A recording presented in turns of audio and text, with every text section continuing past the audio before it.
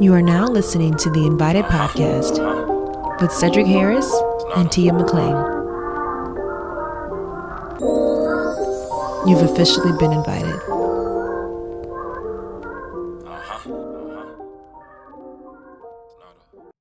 You are now tuned into the Invited Podcast. On today's episode, we invite J-Hop, a rapper from St. Louis, currently living in Chicago, Illinois. And so J-Hop has seen continuous growth in his career and has recently landed himself in the top new artist of the month list for Complex's Pigeons and Planes. J-Hop is a lyrical genius with precise delivery and clever punchlines that will keep any old school hip hop head excited and any new school rapper on their toes. We're going to dive in today to the conversation with J-Hop to learn more about his background, his music, and his future goals. So, J-Hop, thank you so much for joining us today. Glad y'all having me. Appreciate it. No problem. And to start us off, we would love for you to just give us a little bit of background. So, take us back to like how your interest in music started. All right. So, basically, I would say it came out more in high school. You know, like. Originally, I was real big into like sports and stuff like that, but I feel like every kid at some point you get to realize that you're not gonna play in college. You know, it's like you seeing Brad Beal doing 360s, and it's just like this is it. This is where I'm at. This is where it ends. You feel me? And so, high school was just a transitional period where I was trying to figure out what I want to do next and different things, this, that, and the third. So, I had an English professor, Dr. Eisberg. Shout out Dr. Eisberg. Yes. She saw like a poem I had wrote for like her English class, and she was just, you know, kind of fake blown away by it. And she was just like, you know, you need to look into something within the arts, you know, like, you know, try to do that, try to see, you know, that might be something that can interest you. You know, I don't think she exactly thought music per se, but it kind of just fell into that.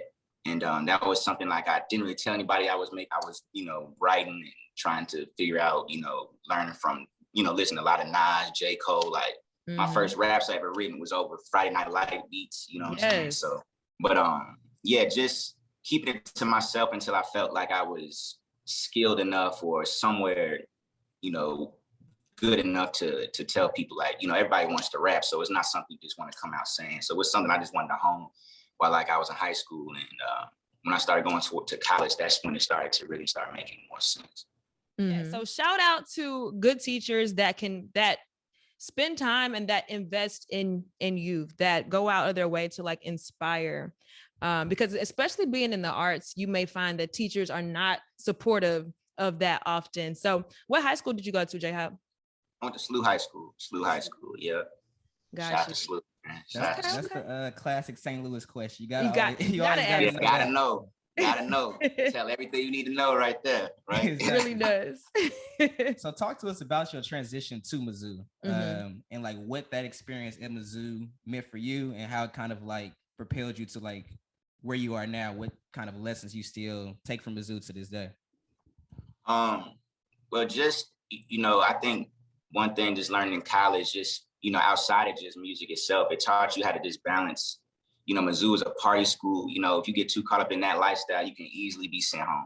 You know, that hey, you pull up with a .9, get out of here. It's time to go. You know, so it kind of just taught you just how to balance everything moving forward. So now, to like as you move forward, you know, making music takes money, so you have to balance, you know, funding your own career while still trying to be able to keep growing and be able to compete with people that don't have to work a 9 to 5 at the time and stuff like that. So just being able to maximize the amount of time you have available. But outside of that, just going in deep into Mizzou, that's where I found a lot of the people that I work music with, you know. As you can see, like a lot of people that I work with music on are from Chicago that went to Mizzou, and we kind of all lived like in like the same, you know, Hatch College Ave. We were all right there together. So College Ave. Yeah, you know. So, you know, we was using those study halls and not studying. We were writing raps, making beats, you know, and stuff like that. So just honing the skills there, working with you know, like Charles Loss, even by DJ Shy at the time. My boy BK, his name is Ohana Bam now, he went by BK at Mizzou. Okay. But so just developing my skills in there with them. You know, they were a little more advanced than me at the time because that's when I first really, you know, started rapping to the point where like I'm taking my actual raps and putting them on top of beats, and they were just way more advanced than me. But just the desire to get better just kind of pushed me and made me, I think, elevate a little faster than I would have if they weren't around. So, just kudos to them. But yeah, definitely Mizzou was a catalyst to help me grow as an artist, like exponentially. You know what I'm saying? And so speaking of college, what did you study there? And what was your initial career plan going into school? And I went to Mizzou. At first, I was studying biology because I was just like, man, Dr. Hopkins just sounds cool. And I'm like, that's the only reason I picked that. But, it's just like, man, this is ridiculous. Like, so I went more into like the financial route, and I think financial planning. So I think that that was more advantageous to me. Like, as you continue to grow as an artist, not going to be rapping forever. You start taking the different things you learn here and move towards the business side, but you can still stay within the music realm. I'm not trying to be 60 rapping. I want to be able to be in a position where whatever we develop right now, we can use for the next generation of artists coming in and build a platform for, the next, section of St. Louis artists specifically, in Chicago, kind of just rebuild the Midwest like that. So just being a vessel. And I think the decision to go down that route in terms of education is something I'll always be able to use moving forward, especially as I transition into like the latter part of my career, where I'll probably be more on the business side of things. I love to hear that. And I love to hear you say that because yes, so school is not for everybody, but as you just said, there's no downside to it. Like, it's always going to be a benefit. It's always going to give you another avenue and like a second way to continue to mesh what it is you love, which is music, with different areas or different categories. So that's a really great note. Exactly. And like you said, it's a lot about the networking too. So it's like I say, it's not about what you know all the time, it's about who you know. Yep. And like you said, you learned a lot from a lot of people you were around, and a lot of things you were doing was benefited because of the people you were with. Can you talk to us about not only them, but some of your other musical influences that people you've listened to growing up, or people you've discovered recently that have really kind of inspired you and kind of helped cultivate your sound? Yeah, I mean, obviously, at first, my influences kind of like develop as I develop, and you start being able to appreciate different things that, I can't even listen to music the same way because you're always judging it from like a musical mind standpoint. So coming out the gate, obviously, like, I was very much more influenced by like real wordsmith, the Jay-Z's, the Nas's, Outkast was prevalent. A lot of New York rappers, just because of they don't freak their voices a lot. They kind of primarily stay like in a story mode realm, but just the impact of just the lyrics themselves. So that's where I started. And as I continued to develop, and I was starting to feel like more skilled in terms of my writing ability change, you just kind of start getting into like, we in the Midwest, we have Southern roots. So that's why you see like Nelly, who uses like a sing-songy type vibe sometimes. Like I said, even Outkast, Missy Elliott is an influence, Timbaland, that type of sound like that. But just to use your voice in the most, like, you realize your voice is an instrument more than just a lot of times just the words itself. So like nowadays you see artists like Smino using that, uses that extreme. Who else? Kendrick, Drake's, like all the, D'Angelo is a big influence of mine. People don't even realize that. Like, I study him very intensely in terms of how he uses his voice. So obviously I can't sing as well as D'Angelo, but it's just the cadence, So I'm just real big on just trying to just stretch my musical palette as far as it can go to just be the best, the best version of an artist you can be. So yeah, those are the people right there. And for your like absolute favorites, do you feel like you kind of rock with the same artists like to this day, or do you feel like your musical taste has changed quite a bit?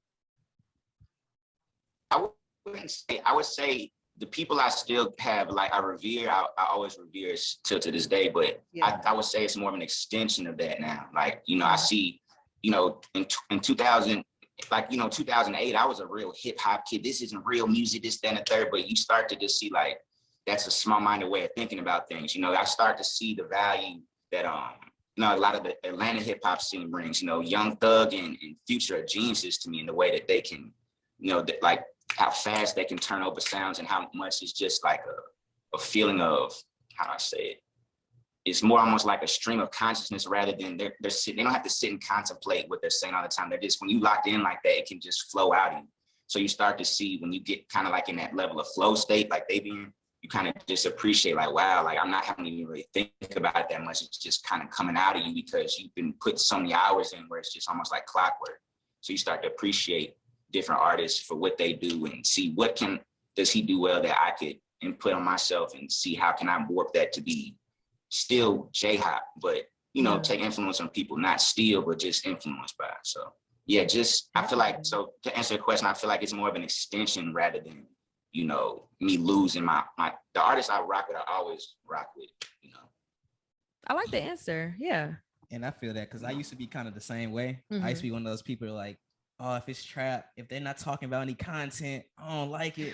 But like you said, like, it's just like you just kind of mature as you get older and you can appreciate all types of music and what people do well and why they have a fan base to begin with. But I used to be like super conscious, like I only listen to like people with bars and metaphors, things like that. So I can definitely relate to that for sure. But with speaking about the bars, you clearly have a lot of them, and a lot of them were portrayed on Black Onyx. So can you talk to us a little bit about that project, what brought that about, and kind of some of those influence and inspirations behind Black Onyx specifically? Okay, so Black Onyx was a project that, like, I feel like that's the project, like, up to this point kind of just culminates like everything and part of my palette at the time, whatever skill set I had at the time I developed was, I feel like I showcased on that. It was more of a project about the transition kind of like into my new life, you know, moving from St. Louis to Chicago. That's how it transitioned. So it was kind of just based on what the Black Onyx even means, like on the front end of it, you know, East St. Louis Onyx strip club. And like you see kind of like just like the raunchy energy in that too, but like towards like the back end of it, when you start to appreciate like actually what the Black Onyx stone is supposed to represent, like the actual stone itself is supposed to be able to counteract the feelings of like anxiety, lack of knowing where you want to go in the world, stress, you know, just different stresses that we go through in our 20s. So like a lot of times people give you a Black Onyx stone in your pocket and that would just kind of be able to counteract those feelings. And so that's what kind of like, you know, moving from St. Louis to Chicago and saying, this is what I want to do. That's a huge jump, you know, in your life. So that's kind of where like a lot of the content came from. And, you know, that's why like the first couple songs you hear is just a really bar heavy stuff. Just, it's kind of just like it's kind of like that shows right when I moved out there, I came in just like, you know, you might be nervous, just the intensity. You have to, you know, like when you fight that big kid in school when you small and you just got to hype yourself up to go get, you know, to go after them. That's what those first two tracks were like. It's just the energy, like, man, I'm gonna put that face on, put that confidence on, like let's do it. And you gotta just come out and just be a animal. So that's kind of just how like a lot of that start off on the front end. And then, you know, just my whole life, you know, ups and downs of love, trying to just figure out certain things that's going on in your life, you know, that and this, that, and the third. So it kind of just really just fully encompassed everything I was going through during that first, you know, year and a half of Chicago. So that's kind of what the project is kind of, you know, encompassed. Oh, I have a quick side question. So if we all know people from Chicago absolutely love Chicago. So since you've been there, what do you think about it? Is it as good as they make it seem? Yeah. I love Chicago from the crib. I'm from St. Louis, so like it's nothing like, you know, it's my second home. You know, St. Louis will always be St. Louis. So like, you know, this is what the city of St. Louis what made me who I am. You know, so I came to Chicago a grown man, you know, so it's like I appreciate Chicago for what it has to offer. I met a lot of amazing people, a lot of people that have pushed me to become, you know, a better artist, this, that, and the third. But yeah, it's a great city. Like I can't deny that. It's an amazing city, but it's just the same way they're biased, I'm biased too. St. Louis is always going to be talking me number one. You know what I'm saying? Yes, yeah. I feel it. Okay. And speaking about that, what made you want to move to Chicago initially? Like, what inspired that move? And did you ever think about moving anywhere else besides Chicago to pursue what you thought was success? Well, like most of my team, the people I work with lived in Chicago, you know, so it was at a point where when I was working my job, I used to work at Commerce Bank. Okay. And it was like every Saturday I would get off at like 12 or 1 o'clock or something like that. And I would go pack my clothes and then I would drive to Chicago like at least once a week or every other week, every other Saturday I would do that. Wow. I would go to the studio and be out there for, you know, we would book whatever sessions we could and do it and just try to make as much happen. And then at Monday, I would start my work on Monday. So Sunday, going into Monday, like 3 a.m, I would drive back to St. Louis and get there by like 7:30, and then I would sleep for 15 minutes and get ready to go to work and be there by like 8:30. So it's like, you doing that enough. It's like, man, this is crazy. Like I'm doing, you know, you doing that for like 6 months straight. It's like gas mileage on the car getting crazy. I'm seeing, you know, we almost at 100,000 miles. I just got this car. You know, it's just like, you know what I'm saying? So it just got to a point where Chicago just really started to make sense. Mm-hmm. And then, you know, a lot of people that I was working with at the time, they were like, man, you got to move out here, bro. You seen the waves and stuff we're making out here, bro. It's your time. You got to start getting out here and being a part of the scene like that. So it was just one of those type of things that I had contemplated for a minute, but it just made sense. It just made sense. Gotcha. And speaking of going back to the project Black Onyx, I know first off, I love the project. I told you I saw you last Appreciate week. You. Thank you. And appreciate there's a lot of great content, but I did notice a few themes in it. And one of them was talking about, like you mentioned earlier, about using your instrument as a voice. And I realized like with your voice that you changed it a few times, whether it be distorted or deeper or lighter, or whatever the case may be. What kind of went into that decision-making process to use your instrument as your own voice, like you said, even though like a lot of your influences in New York may not have done the same? Yeah, so just to keep it interesting, you know, nowadays, like I feel like a lot of people have a difficult time listening to full projects. You know, the CD era is pretty much dead now. You know, you owe it to your listeners to keep the music as interesting as possible. So like outside of my voice, you would see like transitions within songs and different things like that. So I just want mainly to keep it interesting, also challenge myself. Mm-hmm. You know, nowadays it's not just enough to be able to just rap. You got to know how to use your voice, know how to use it in different ways. It was fun to me at the end of the day. You know, this all supposed to be fun. So I just trying to see what is the most creative way I can say this. How can I, you know, just trying to use like a different access in my brain that I never really did on other songs. So just wanted to challenge myself. And, you know, I was around a lot of people, a lot of artists that, you know, I would use my lack of singing ability at the time as a crutch. And I was like, man, if I can't sing, I'm just gonna have someone else do it. And they're like, no, you do it. You can do it. Go ahead and do it. So it's time to challenge yourself. You can't be afraid to try new things. And luckily, it just so happened to just work. But in terms of like the chop and screw vocals, that's something I've always kind of had. I've always used. You know, like I said before, you know, a lot of people in Chicago, like in other areas, they consider like St. Louis like the South of the Midwest in a lot of ways. So like, you know, I studied a lot of Houston artists, a lot of Atlanta artists at the time, you know, so, and that's something that they, you know, shout out to DJ sounded right. So right there. So, you know, just using a full arsenal of everything I had, you know. So, yeah, and like I said, it's challenging yourself in terms of the singing and different things like that. And luckily it just worked out. So we definitely, of course, want to encourage our listeners to check it out. We've added more than a few of your songs on our Invited podcast playlist. I was listening. I've been checking it out. I absolutely love just your style and just the work that you do. Thank you. I appreciate it. Of course. And so we also were reading in your complex article that you've recently started to learn to mix and to master. So what has that side of music been like for you? I really appreciate it. It was something I picked up during quarantine. You know, I obviously getting into studios and stuff like that is a little more difficult, but you can't stop working. But I've always been the type that want to be as hands-on with the music as possible. Like even when, you know, before when I was still learning everything, but obviously still, you know, learning. But when I was at my earlier stages. I wanted to know why are you using these plugins? Like what?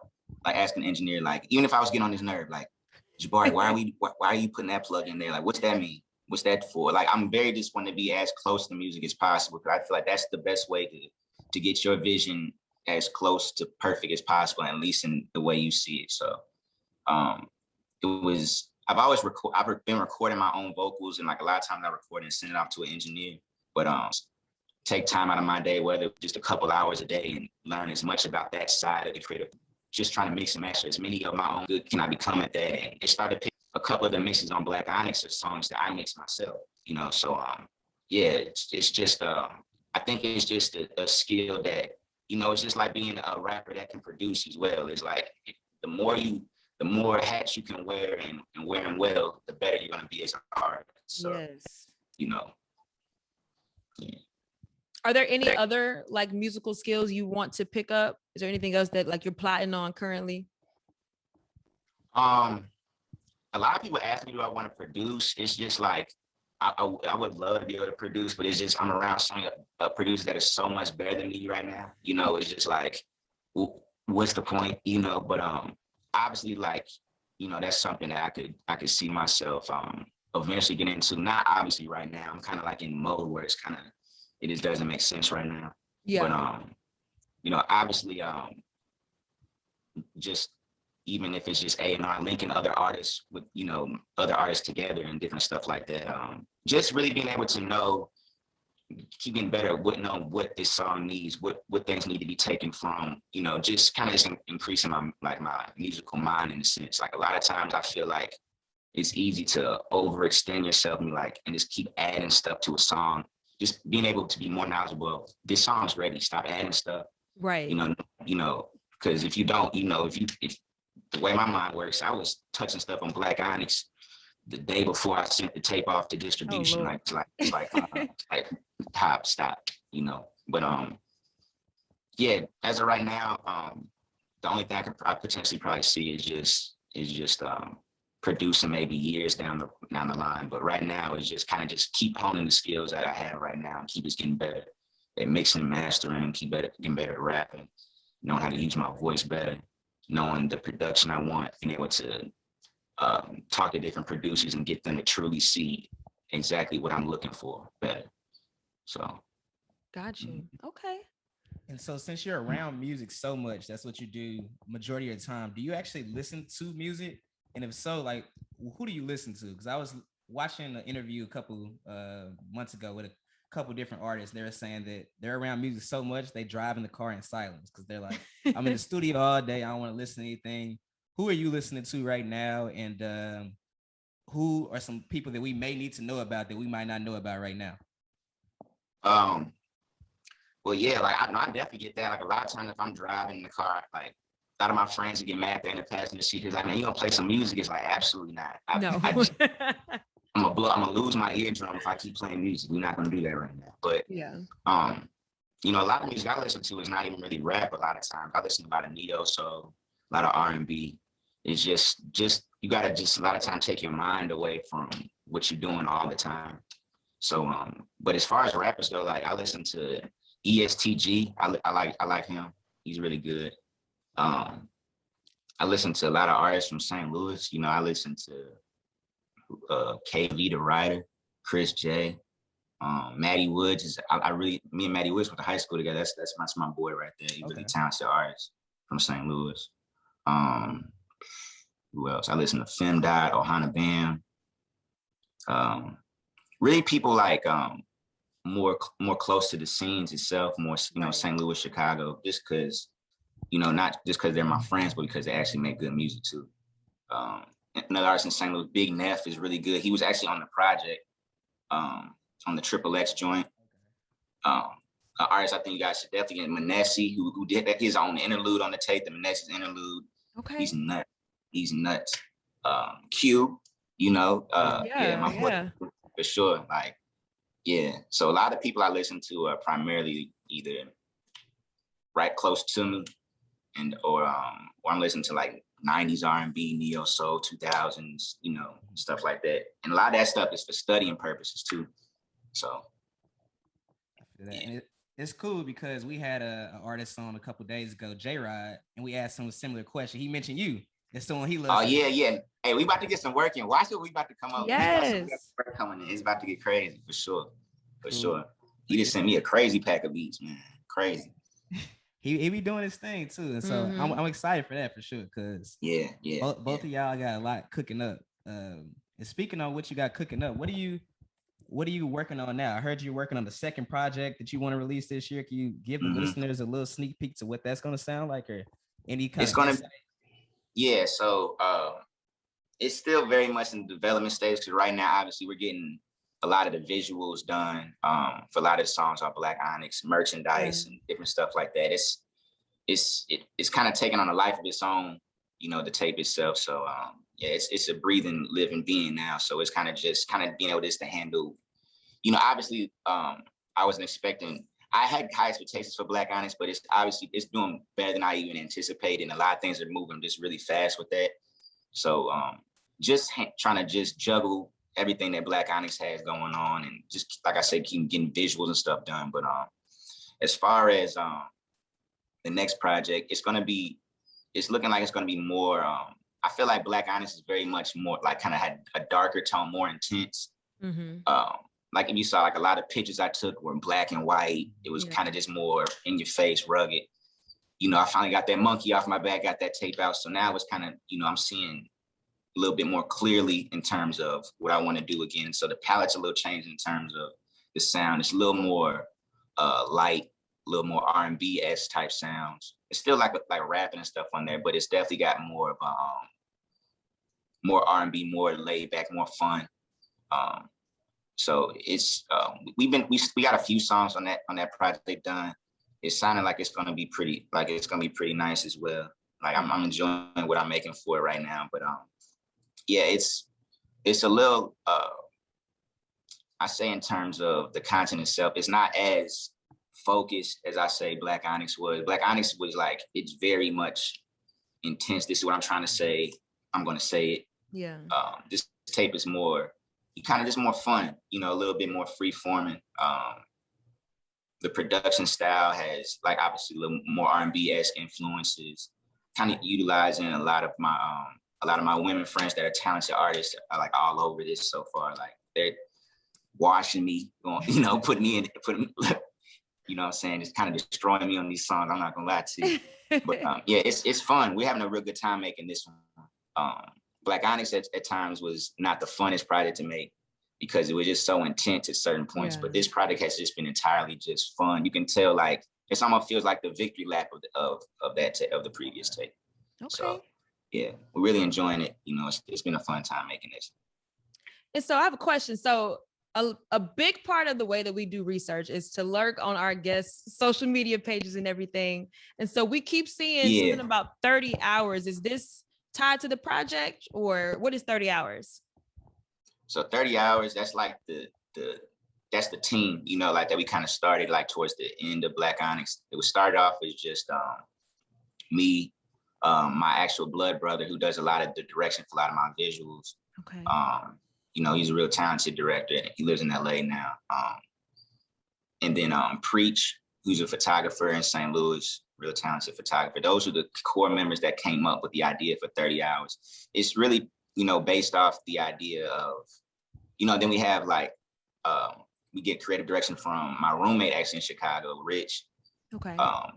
He came up with like the back cover art, comes up with like a lot of merchandise ideas and stuff like that. Then my other homie, Isaac, who does like a lot of photography work, just visual art ideas. So like, it's really kind of just like it's not like a label or anything. It's more like a media team, where we just want to just create great content, a lot of great content. It's the concept basically came up with was, the distance from, it's based off 30 hours off the Kanye West 30 hours. So, Chicago, St. Louis, the drive to LA, all that adds up to 30 hours, so that's like kind of like the frontline idea of it. But just obviously, it's 24 hours in a day, kind of just the idea of going over and beyond, to accomplish this greater idea that we have going on. So we all kind of just take our time to lock in on whoever has a project at the time. That's what we give all our energy to. So right now, I always tell everybody else, like, somebody's going to be Mike this time. This time you might have to play Scotty, you might have to play Dennis, but everybody's Mike moment is coming.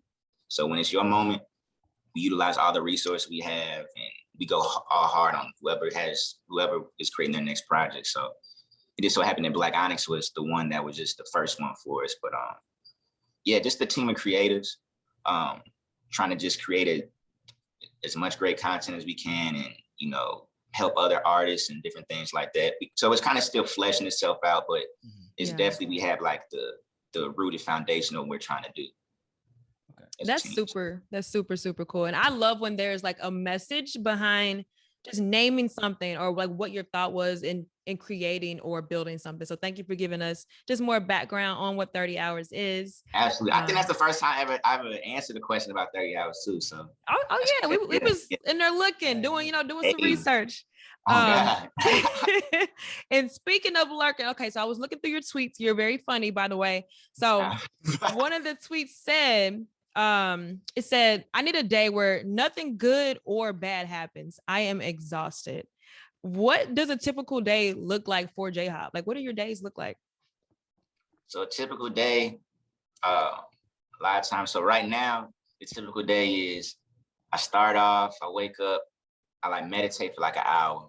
Okay. And then answer a lot of emails. You know, the complex thing kind of set the world ablaze for me. So there's a lot going on. So like I spend like maybe like an hour and a half answering emails, check on my stock, see how that's looking. Come on. Then you know, either I might have people come over to my apartment and they'll record and I'll mix and master for them, or just, you know, just seeing what the schedule is like. Or if not that, then my friend Banks the Genius, he goes by the name Leo. He did a lot of the engineering on Black Onyx, and I'll go to his studio and we might be in there for 10 to 12 hours, you know. So it's really just, it really can vary, but primarily like on any day of the week is just, you know, it really depends. Like on Sundays, kind of where I figure out what the week is going to be. Yeah. So yeah, it could be any variation of those things. So like those are like probably like the 4 or 5 primary things I'm doing. Got you. Okay. And so when you are, you know, with people or creating, do you prefer to create by yourself, or when you're in the lab with a few different people and collaborating, or like what's your ideal process look like when you are in that creative mode? It really depends. Like right now, it's a lot easier to just record by yourself, because, you know, that's why I recommend for like all artists. Like I feel like everyone should have their own in-house studio space. Even if you don't know how to mix and master, it's always good to just be able to have your own space where I can do one take 80 times if I want to, but it's hard to do that when you're in a studio and you're paying money and you don't want to, you know, you doing all that. You get a 12-hour session, you do 80 takes of one part, you know, that's 2-3 hours. It could be, that's, you know, now you're just losing money. So yeah, just it really depends on at what point I'm at with a song. If I'm just starting it off, a lot of times I like to be by myself. You know, that's kind of where, you know, it's almost like the bat cave. You know, I kind of just like to just be able to lock in on something and see where I can go. And once I figure out what I want to do, I can go to, you know, someone else's studio, invite people to come and see how they can help flesh out a certain idea and use what they have at their disposal. You know, I have a lot of people around me that are great singers, great instrumentalists that can add production to certain things. So yeah, normally I like to start off by myself. If it needs other people, I'll bring it to somewhere else and see how I can flesh out. But yeah, it's normally either going to be me by myself, or I'm with my guy, like I said, Banks, my boy Leo, and, you know, we'll just work out of his studio setup. He's a great producer as well. So it kind of just, it'll be like it's like a 1-2 punch in a lot of ways right now. So. You talked about Sunday being the start of your day, or the start of your week, trying to figure out what that looks like. We're actually recording this episode right now on the Sunday, and Kanye's project that people have been anticipating. Yeah, it's crazy. Have you got a chance to listen to it at all? Yeah, I listened to probably like a good, like maybe like 16 songs, which sounds crazy because like that should be the end of the album. Yeah. But yeah, I got a chance to listen to it. It's still kind of fresh. So I can't really say how exactly I feel about it yet, but you know, that's one of, like, obviously Kanye is one of the greatest artists of our generation. So it's, you know, it's something that, you know, obviously you listen to when you go back and listen to it again. You know, I feel like all great art kind of forces you to have an opinion. So, you know, I have a lot of people that say they like it, a lot of people that don't. Just kind of just living with it to see what it becomes. But right now it's still very fresh, you know. Nobody, I think, was expecting it to drop today. So it kind of was just like, what's going on? But yeah, but I definitely have had a chance to listen to some of the songs. I like a lot of features on there too. It sounds pretty good so far. I say overall, it's decent. Yep. I haven't got a chance to listen to it yet, and to me, it's kind of intimidating. Clear your schedule. Clear your schedule. You're gonna listen to it. Man, because I was looking, it's like an hour and 45 minutes, and I'm like, I can't even listen to this in one setting. Like, I have to like schedule time to like listen to it in like parts. And like kind of like you said, it's so fresh. People have all these hot takes so quickly, like the album trash, the album good. I'm like, it's been out for 12 hours, and it's a 2-hour project. So, right. Yeah. Like you said, you got to let it ride for a little bit. Exactly. But you know how people are. You know, hot takes is what gets the clicks. So a lot of people are gonna say some crazy stuff. Regardless of what I feel or think about Kanye, he definitely is a musical genius. So I'm gonna give it a listen. Let y'all know what I think about it. But kind of just like shifting gears a little bit. I'm interested, J-Hop, in what was your first job? I feel like learning about people's journeys is really, really like important to understand them. My first job, I was refereeing basketball games. Yeah, I think, was that my first job? Yeah, I was refereeing basketball games at, it was the first grade school I went to when I was younger. Like, I think I was like probably like 15 refereeing basketball games. Yeah, okay. So, did you learn anything from your first job that you feel like you still to this day can utilize? Like, is there any skill that you feel like you still block out the noise? Okay. Those young kids' parents are ridiculous. Like, they act like it's the NBA. This is a kid's. They're in the 3rd grade. Okay. Yeah. So it's just yeah. So like definitely like just learn how to block out the extra noise. You know, I didn't make it this far listening to everybody else. You know, you kind of have to just know like this is what I want my life to be. Yeah. And this is the things I'm trying to accomplish. So you have to learn, just kind of learning what you want to internalize that people say and what you kind of just throw to the wayside. So, you know, you want as much good energy to you as possible. So like, I definitely learned that. So shout out to all those angry parents that was drinking beer at 10 a.m. in the morning. Man, that was good. I could definitely relate to that because that was my first job too. It's I was at the YMCA basketball too. And like you said, the parents are crazy, but then as the kids get older, they start to be crazy too. So then you're hearing from the parents, the coaches, the kids, and then you still got to do your job. So like you said, tunnel vision, block out the noise. You got to do what you got to do. So I feel that for sure. Yeah. And so I just had a flashback about that job. Hey, traumatized. And so is there anyone that's giving you some great advice? Anyone that you want to shout out right now, just want to get on their flowers for like helping you in a certain way, or just someone that's really helped you along your journey? Obviously my parents, you know, Mom and Daddy Hopkins, you know. I said my last name. I said my government. We got exclusive. Though, but no, just they've always just been the main ones instilling a lot of the values into me in terms of, you know, giving me the confidence to want to try other things. You know, a lot of people have parents that kind of force them to go down certain paths. They kind of just raised me to, you know, here's my opinion. Here's what I want, what I think. But at the end of the day, you have to make your own life's decisions. And we were just raised, me and my brother, to do what we think is best for ourselves. You know what I'm saying? So as long as we just work really hard. So just resilience, work ethic, and just like I said, blocking out the noise. You got to do what you want to do. Because in the day, if I win or fail, it's gonna be on my accord. It's gonna be because I chose to do that.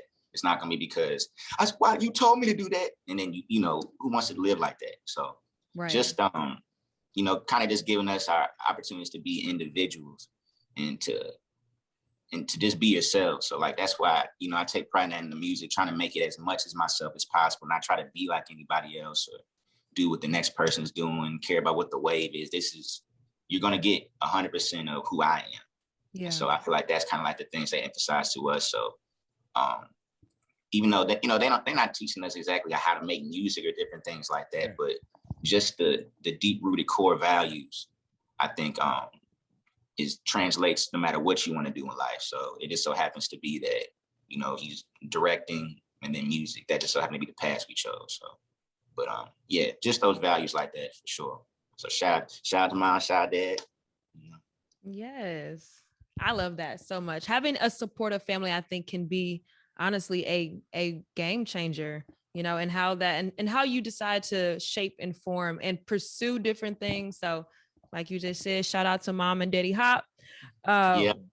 we're gonna transition into our little segment piece where we just ask you some pretty much random questions to get to know you better, help our listeners to know more about you. And so the first piece of our segment is called The Last. So just give us more insight. I'm going to give you a blank and you tell us what was the last thing or the last whatever. So J-Hop, the last movie that you watched. It was the Flash. It was a Batman Justice League movie or something like that. An animated Justice League movie. Okay. I can't remember. It's Flash something, Paradox something. It's on HBO Max. No, I haven't seen it. It's like it's actually really good. HBO Max. Okay, I got you. Yeah, it's like it's the one from 2013. Was it good? Would you recommend? Oh yeah, it was fire. Okay, I'll add it to my list. Okay. Last time someone has thrown you a surprise to help you celebrate something. A surprise. At my listening party, someone got me a really nice my boy Meech. Shout out my boy Meech. He got me a really nice bottle, like a really nice bottle of whiskey. That was not expecting. That was crazy. No, it's funny because we were joking to figure out like what you might say to some of these, and I said the surprise would be something to do with the listening party. And look at that. Hey, that's a couple more for this one. So last time you've been on a plane, J-Hop? Last time I've been on a plane was I was coming back from when was it? It was when was my brother's graduation? It was like early August. It was early. I was coming back from LA. I had a couple meetings and I went to my brother's graduation. So knocked out a couple birds with one stone. So yeah. Perfect. Best way to do it. And last one here, the last pair of shoes that you've purchased. Man, some Air Force Ones. I just got me a pair of Air Force Ones, some white ones. Come on, classic, simple. Can't go wrong with it. Never.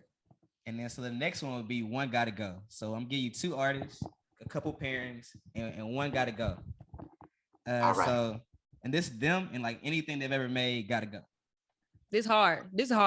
So, wait, so the quick question is, if say they're a producer, any beats that they made too, or just their solo work? Or let's go with artists. Them as an artist, not the okay. I might have a heart attack. Yeah. All right, so Wayne or Drake? One gotta go. I told you it's hard. Wayne gotta go. Ooh. Oh, why you making it? Yep. Hey, Wayne set the foundation for Drake. Though. Hey, don't question his answer. I'm just saying. Okay. Kanye versus Jay-Z. Oh my God.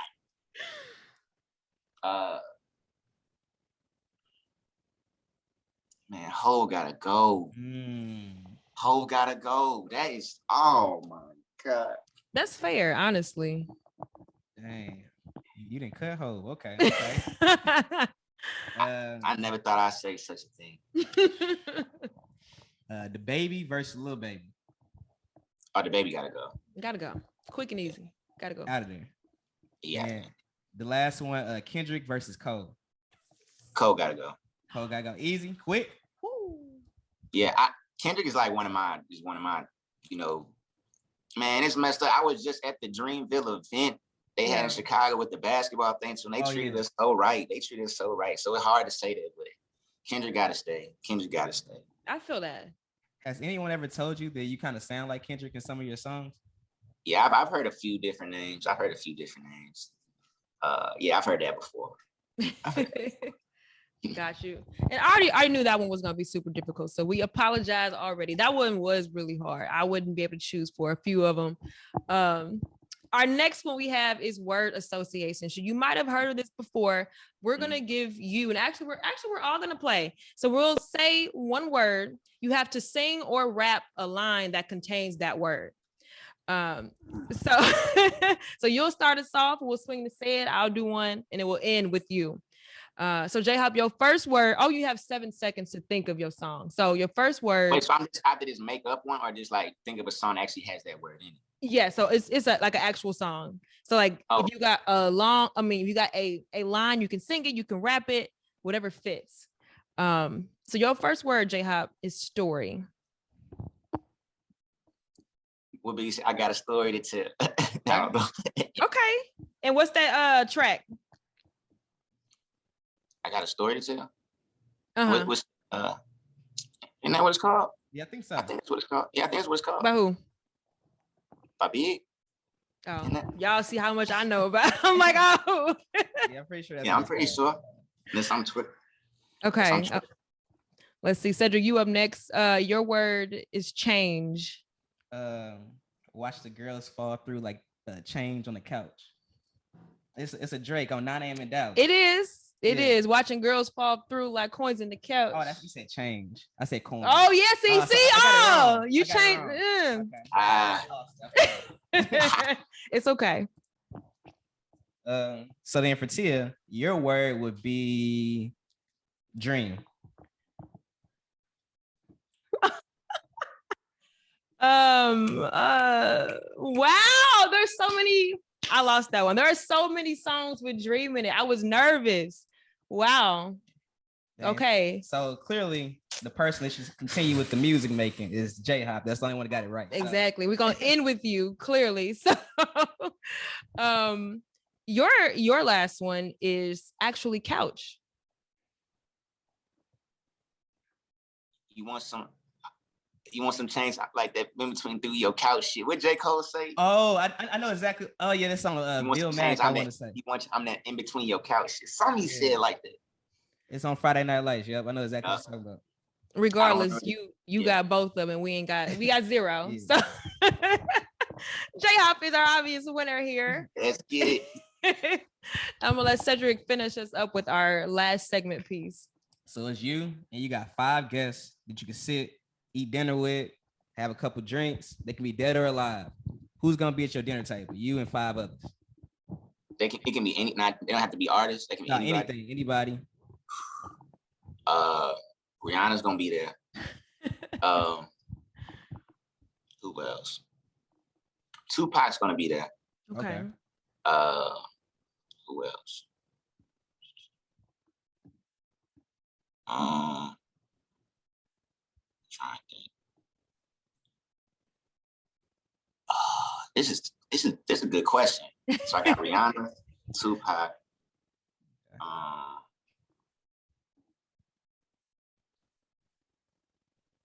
Oh man, this is hard.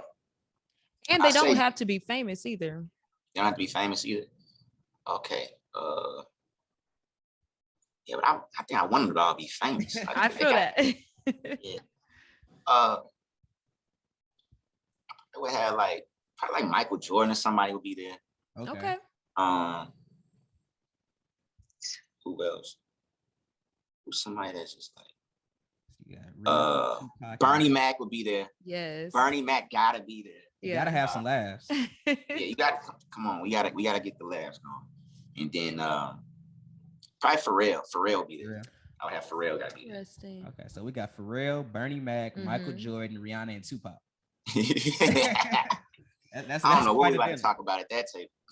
Hey, y'all gonna talk about everything. Everything. Yeah. I think Bernie was actually one of our other guests' choice. I think Whitney chose Bernie Mac to be at her table too. Yeah, I think so. So I like it. Okay. Cool. Yeah. And we just got a couple more questions for you just overall. So I know like you said, you're doing a lot, answering all these emails. I'm sure more people want to learn more about you, get in contact with you. How can people learn more about you? Where can they get in contact with you at? Where can they stream the project? Just go ahead, drop all your socials, your tags, all that good stuff. Twitter, Instagram, J-Hop. That's dash spelled all the way out with the extra HOP on both Twitter and Instagram. what else? You can look up Black Onyx on Spotify, Apple Music, all the usual suspects. Yeah, watch my Instagram stories. I'm probably gonna end up saying something crazy on every now and again. You know what I mean? So yeah, just get in tune with me on those. That's probably the best way is to reach me right now. Okay. Gotcha. Sure.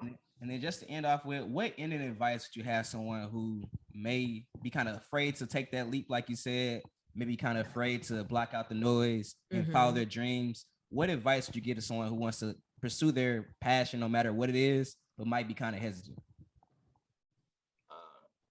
You gotta believe in yourself. Like, I know it sounds corny, but you have to just really just believe. And anything worth having is going to be difficult. This is not going to be easy. So you got to just work your tail off. If you're going to fail knowing that you gave it 110% and have no regrets about it. So you got to just give everything you got to it. Learn how to sacrifice. It's like I said, it's not going to be easy. So if you're expecting easy, don't even try it. But just understand it's going to be a long road. But if you keep staying at it, you keep working at it, you keep believing in what you got going on, you're going to see something on the other side of it. You got to push up that hill. You know what I'm saying? You never realize how close you are. So you might as well keep going. Yes. And one thing, like I always say, if you're going to win, winning is going to take you through hell. But if you quit, you're going to stay there. So you got to go through it. You got to go through it. That's a bar. Go through it. I like that a lot. Okay. I get them off every now and again. You know what I'm saying? Man, but hey, we definitely appreciate you for coming on. That's another episode of the Invited Podcast in the books. J-Hop, again, appreciate your time, and this was fun. Really enjoyed talking to you. Appreciate y'all having me for sure. Yeah. Yes, sir. Of course.